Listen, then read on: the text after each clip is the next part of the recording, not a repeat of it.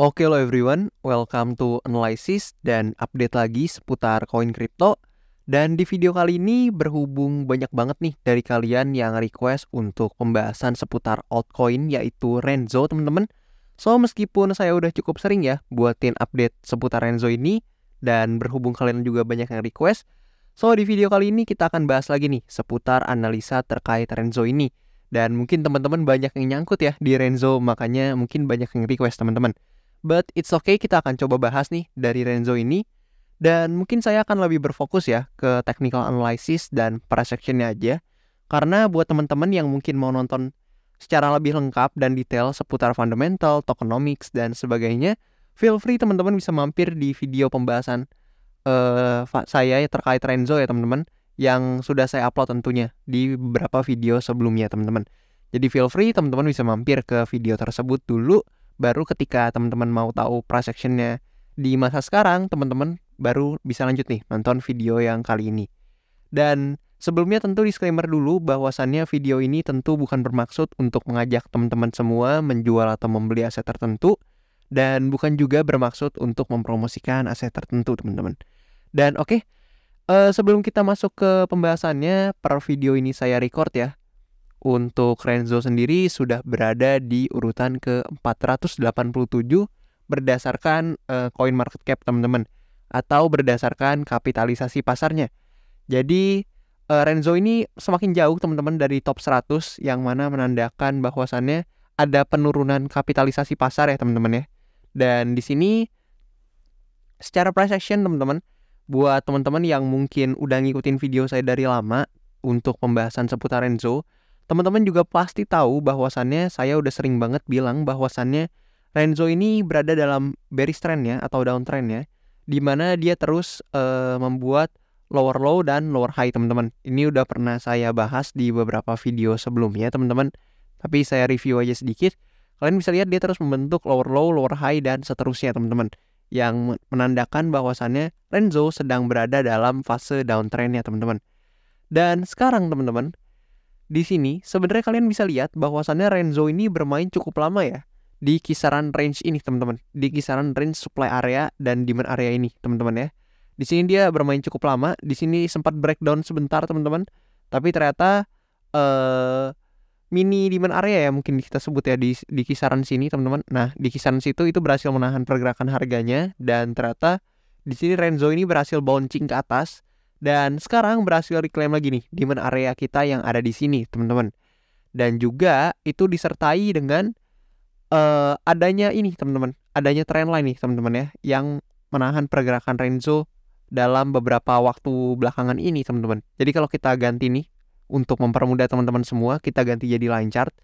Nah kalian bisa lihat tuh bahwasannya Renzo ini bergerak berdasarkan ya, atau bukan berdasarkan, bergerak menuju atas teman-teman. Jadi dia mulai climbing up dan mengikuti nih dari trendline ini. Dan so far teman-teman, sebenarnya kalau misalkan di sini Renzo bisa membuat volume-volume yang seperti ini teman-teman, misalkan banyak pembelinya atau banyak bayar yang tertarik dan ada volume yang seperti ini teman-teman, kalian bisa lihat ini big volume teman-teman, dan bagus banget dia ada di demand area sekaligus testing di trendline, dan boom, dia naik ke atas di sini kisaran berapa persen nih teman-teman. Nah 16%-an lebih teman-teman ya, itu good banget teman-teman.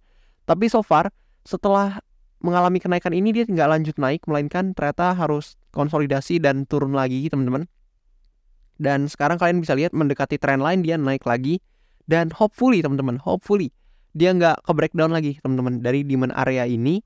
Karena apabila dia terbreakdown lagi dari demand area ini, maka kita justru akan melihat pergerakan Renzo akan semakin tertekan, atau semakin mungkin bisa testing lagi ke demand area yang di bawah sini, atau mungkin dia akan mengalami penurunan lebih lanjut teman-teman ya. Karena memang secara historical teman-teman, di sini kalau kita lihat, nah kita pindah dulu ke weekly. Secara historical di sini itu jika di sini lepas teman-teman untuk demand areanya, maka ada potensi Renzo mengalami pelemahan ke harga yang jauh lebih rendah teman-teman ya. Dan di sini mungkin kita bahas juga yang potensi bagus ya teman-teman, karena tadi kita udah bahas potensi buruknya. Jadi Hal positif yang mungkin bisa terjadi adalah apabila Renzo create lagi volume-volume yang seperti ini, teman-teman. Jadi apabila memang mungkin banyak buyers yang tertarik membeli, maka ada potensi nih Renzo ini bouncing lagi di trend line-nya, dan hopefully paling enggak teman-teman, di sini Renzo buat lagi nih yang namanya higher high, dan paling enggak testing dulu deh di supply area di atasnya, teman-teman. Mungkin nggak akan langsung impulsif seperti ini pergerakannya, mungkin akan perlahan, mungkin seperti ini teman-teman pergerakannya apabila memang Renzo bisa mengalami kenaikan, teman-teman. Nah, tapi nggak apa-apa, yang penting dia harus coba dulu nih testing di supply area, dan jika bisa dia berhasil reclaim nih supply area di atas ini. Karena dengan hal tersebut terjadi, maka Renzo ini akan berhasil keluar nih teman-teman dari range yang di sini nih. Nah, Renzo kan bermain di range di sini teman-teman. Nah, kayak gitu.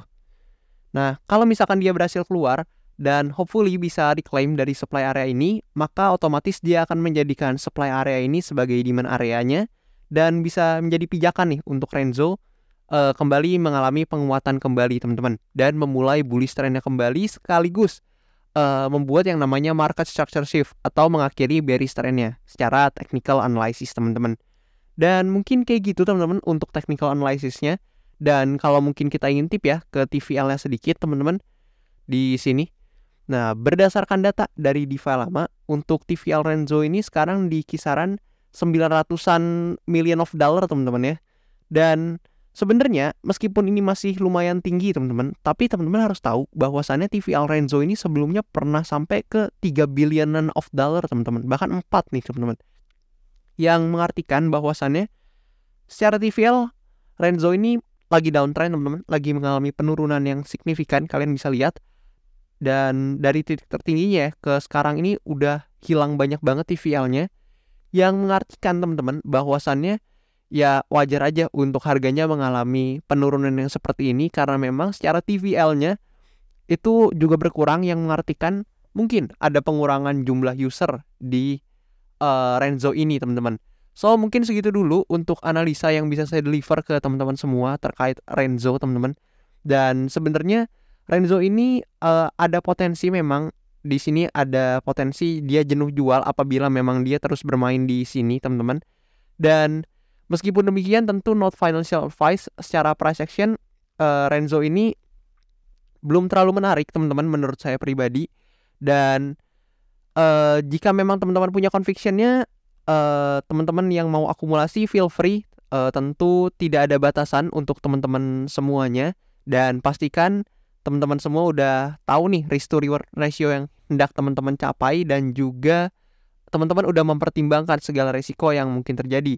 Dan sekali lagi, tentu video ini tidak mengajak teman-teman menjual atau membeli aset tertentu, teman-teman, dan juga bukan promosi ya atas aset tertentu. So do your own research, teman-teman. Dan mungkin segitu dulu yang bisa saya deliver informasinya seputar Renzo kepada kalian. Thank you banget buat teman-teman yang udah nonton, and I'll see you teman-teman in the next video.